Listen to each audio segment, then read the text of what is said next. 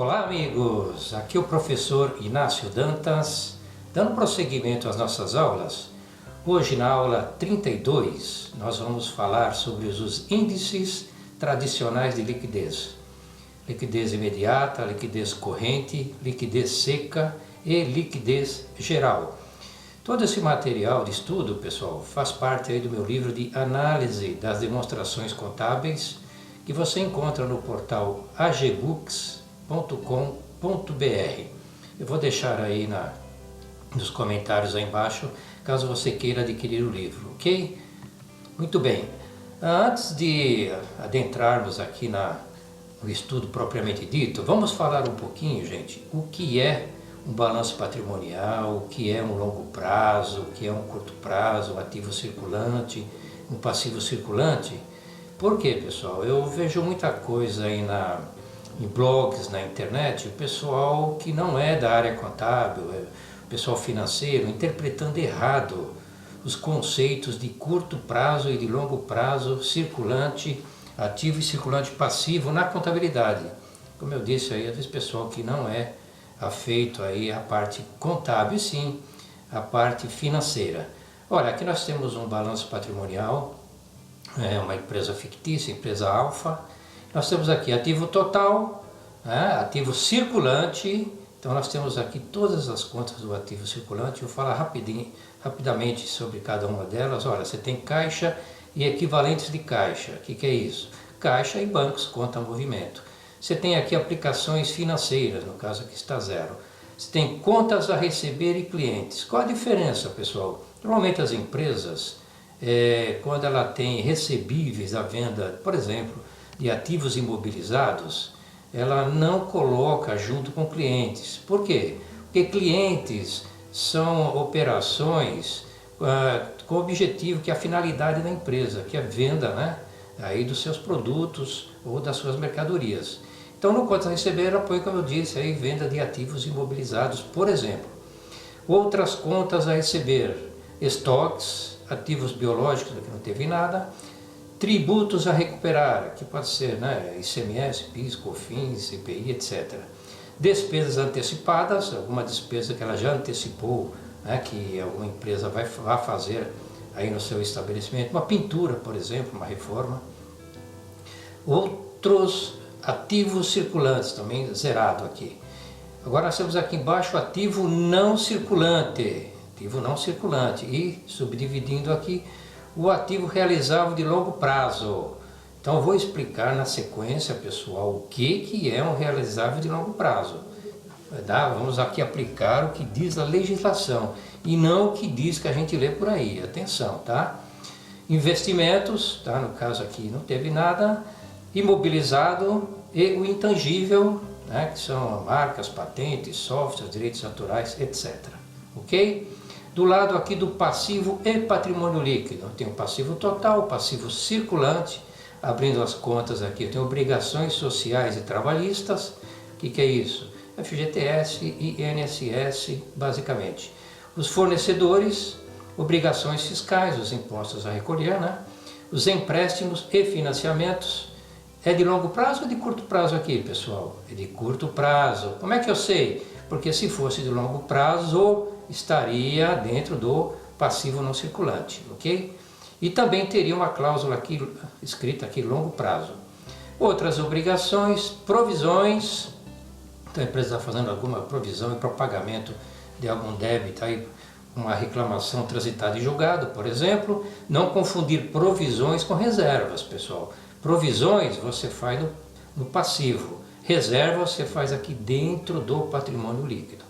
Tá ok, pessoal? Então, seguindo na sequência, vamos ver agora, pessoal, o que é de fato, sobre os olhos da lei 6404/76, atualizada pela lei 11941/2009, que é a lei das sociedades anônimas, o que é um curto prazo e o que é um longo prazo. Então esqueçam o que vocês leram por aí, pessoal. Vamos nos ater, vamos focar o que diz aqui a lei no seu artigo 179.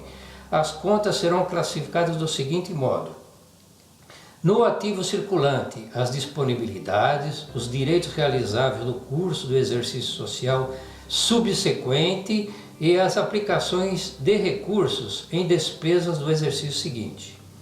Item inciso 2. No ativo realizável a longo prazo, olha aqui, ó, atenção, ó, no ativo realizável a longo prazo, os direitos realizáveis após o término do exercício seguinte. Prestem atenção aqui, pessoal, após o término do exercício seguinte. Então vamos ver lá embaixo, eu vou dar um exemplo prático.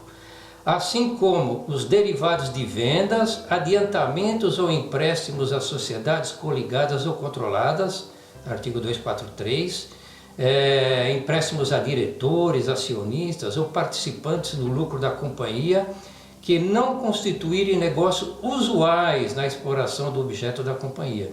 Então, por exemplo, pessoal, além aqui de você classificar no longo prazo, né, o que vai se realizar após o término do exercício seguinte, também se fizer algum empréstimo para sócios ou diretores, pessoal. Empréstimo para sócios e diretores, tá, entrará aqui no realizável a longo prazo, segundo o artigo 179, inciso 2. Passando aqui para o passivo exigível, artigo 180. As obrigações da companhia, inclusive financiamentos para aquisição de direitos do ativo não circulante, serão classificados no passivo circulante quando se vencerem no exercício seguinte. E no passivo não circulante, se tiver vencimento em prazo maior. Atenção aqui, ó. Então, no ativo, aquisição de direitos do ativo não circulante serão classificados no passivo circulante, ó, aqui, ó, quando se vencer no exercício seguinte. E no passivo não circulante, se tiver vencimento em prazo maior, ou seja, além do exercício seguinte. Observado o disposto no parágrafo único do artigo 179 desta lei, redação dada pela lei número 11941/2009. Então vamos aqui a um exemplo prático, pessoal. Olha, exemplo, considerando que a empresa tem um ciclo, tá? Uma gestão de 1 ano, de 12 meses, tá? Que é o normal, em 99,9% das empresas. Então, o ativo realizável de longo prazo ou passivo exigível de longo prazo, recebível ou exigível, contabilizado até 31, por exemplo, né? Até 31/12 de X1. Os longo prazos ocorrerão a partir de 1/1 de X3. Então aqui vamos esmiuçar isso aqui. Então, por exemplo, pessoal, a empresa encerra o balanço dela no 31/12 de X1. Ela fez uma compra no dia 2 de janeiro de X1. Mas ela só vai pagar em 2/1 de X3. Isso o que é? É um longo prazo, ó. Ela sai do exercício seguinte e entra no segundo exercício seguinte. Isso vale tanto para o ativo quanto vale para o passivo. Então, o que você comprar ao longo de 31/12 de X1, se você for pagar a partir de X3, será a longo prazo. O que você pagar até 31/12 de X2 será a curto prazo. Tá ok, pessoal? Tá esclarecido isso? Então vamos em frente. Agora vamos falar sobre os índices de liquidez. Então, índices de liquidez são os tradicionais. Por que tradicional? São 4 tipos que normalmente, né, toda a contabilidade, inclusive internacional, também usa essas medições. Então, os indicadores tradicionais de liquidez mostram a situação financeira de uma empresa frente a seus diversos compromissos financeiros. Além do capital circulante líquido, o estudo tradicional da liquidez inclui outros indicadores apresentados a seguir. Vamos em frente. Então, primeiro, índice de liquidez imediata, também conhecido como instantânea ou absoluta. Como é a fórmula? Liquidez imediata é o disponível, tá, dividido pelo passivo circulante. O que é o disponível? Caixa mais bancos, conta movimento ou similar. Então, revela a participação em moeda ou porcentagem das dívidas de curto prazo circulante a serem liquidadas imediatamente. Esse valor ou quociente, em geral, é baixo, dado ao pouco interesse das empresas manterem valores monetários em caixa, espécie. pois é operacionalmente de reduzida rentabilidade. Então temos um exemplo aqui, ó, caixa 45 mil, bancos, conta movimento 124 mil, total 169 mil. Vamos considerar que o passivo circulante seja de 246.700. Então, dividindo o total de circulante pelo passivo circulante, eu tenho um número em dinheiro, tá? De 69 centavos. Se eu multiplicar por 100, eu tenho um índice de liquidez imediata de 69%. O que significa isso, pessoal? Um diagnóstico aqui, ó. Para cada R$1 de dívidas de curto prazo, do seu passivo circulante, a empresa tem disponibilidade imediata de 69 centavos. Ou ainda, para as dívidas de curto prazo, a empresa tem 69% de disponível. Aí você poderia perguntar, isso aqui é bom ou é ruim esse índice? Bom, pessoal, aí depende, né? Aí teria que se fazer, por exemplo, um parâmetro com outras empresas similares a essa empresa que você está analisando. Por exemplo, se for uma indústria aí de calçados, por exemplo. Você tem um balanço de uma indústria de calçados, então você vai ver outras empresas também de calçados ou lojas de calçados, né? Qual o índice deles, fazer uma média para você ter aí como um parâmetro. Não vale você pegar aqui 69 de uma indústria, por exemplo, de vinho para uma indústria de calçados e vice-versa. Tá ok, pessoal? Então nós tivemos aí índice de liquidez imediata. Agora o índice de liquidez seca. O índice de liquidez seca, nós pegamos o ativo circulante, excluímos os estoques e as despesas antecipadas, dividido pelo passivo circulante. Muitos autores, pessoal, não consideram despesas antecipadas e outros consideram. Eu gosto de considerar mais.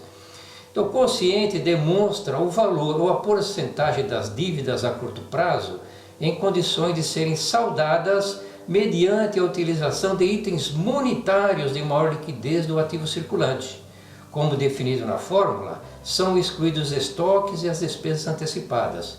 Essencialmente, a liquidez seca determina a capacidade de curto prazo de pagamento da empresa mediante a utilização dos valores consignados nas contas do disponível e valores de créditos a receber. Ou seja, aqui dentro está a conta cliente, está aquela conta contas a receber e assim por diante, ok? Então, aqui no exemplo eu tenho o ativo circulante 203.290, os estoques foram de 2.000 e as despesas antecipadas de 300. Então eu tenho um total líquido de 210.090. Meu passivo circulante, assim como no exemplo anterior, é 246.700. Dividindo um pelo outro, né?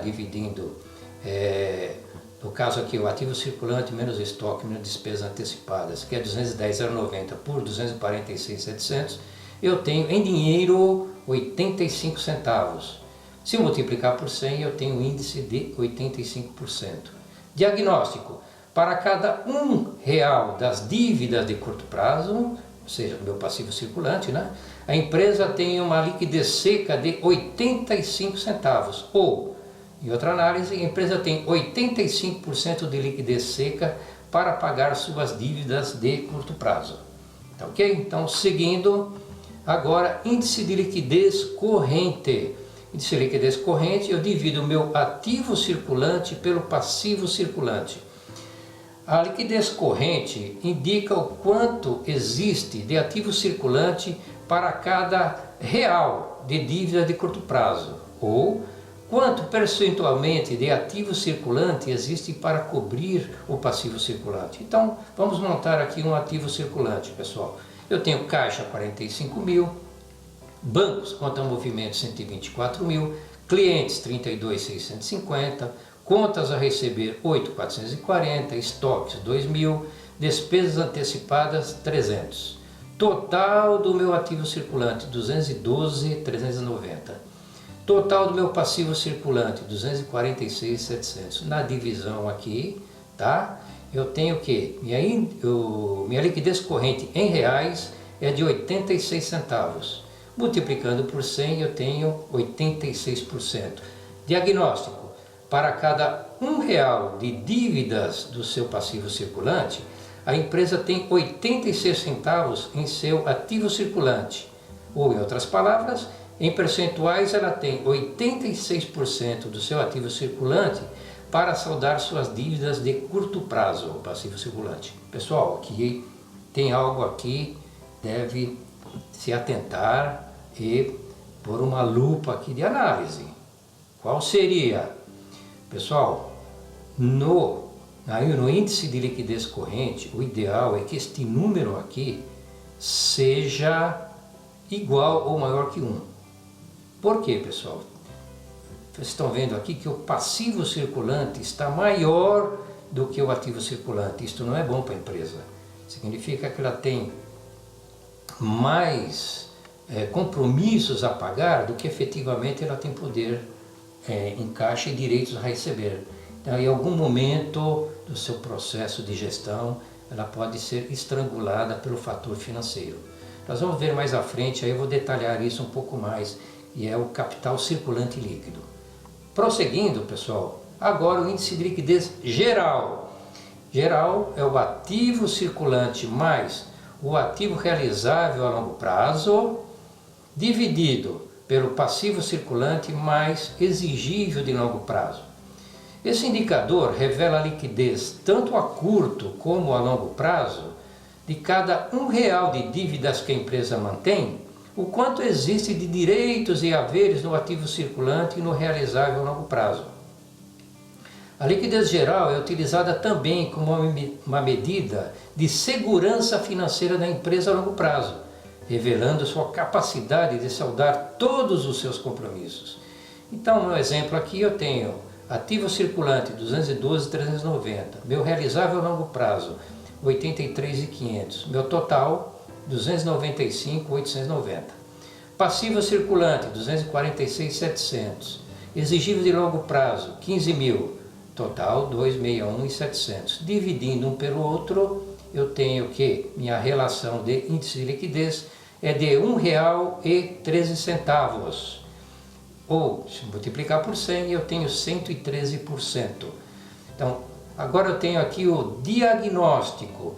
Para cada R$1 das dívidas de curto e longo prazo, a empresa tem disponibilidade de curto e longo prazo de R$1,13. Ou, em percentuais, a empresa tem 113% de ativo circulante mais realizável de longo prazo para pagar suas dívidas totais. Pessoal, aqui está bem. No longo prazo, tá? Ela tem mais, ou seja, se ela eventualmente se desfizesse de todos os seus ativos, ok? De curto e de longo prazo, ela pagaria todo o seu passivo e ainda sobraria aí, de cada R$1 sobraria 13 centavos. Então aqui nesse aspecto ela está bem, tá ok? Seguindo aqui, vamos falar agora, esse último tópico, da análise do capital circulante líquido. Você lembra lá no caso anterior que deu 80 e poucos centavos, né? A relação do índice de liquidez corrente? Então, quando ocorrer do índice de liquidez corrente ser maior do que 1, tá? Capital circulante líquido positivo.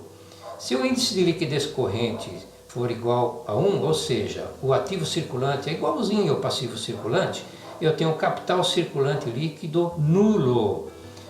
Quando o índice de liquidez corrente é menor do que 1, eu tenho um capital circulante líquido negativo. Então, naquele caso lá, eu tenho um capital circulante líquido negativo.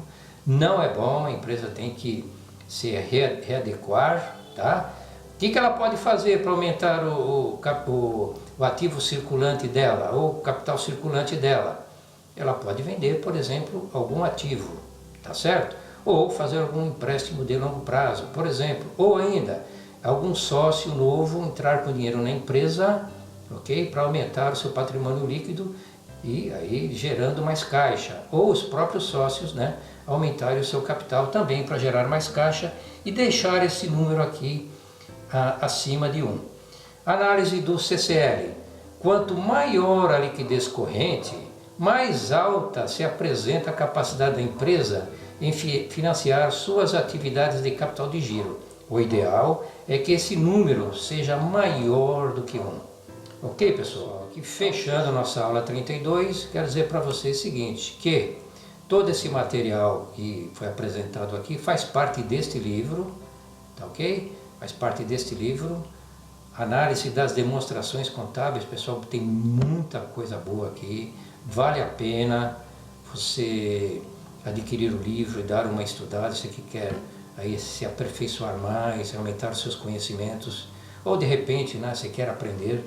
Vou colocar aqui, ó, está nesse portal aqui, está nesse portal, tá ok?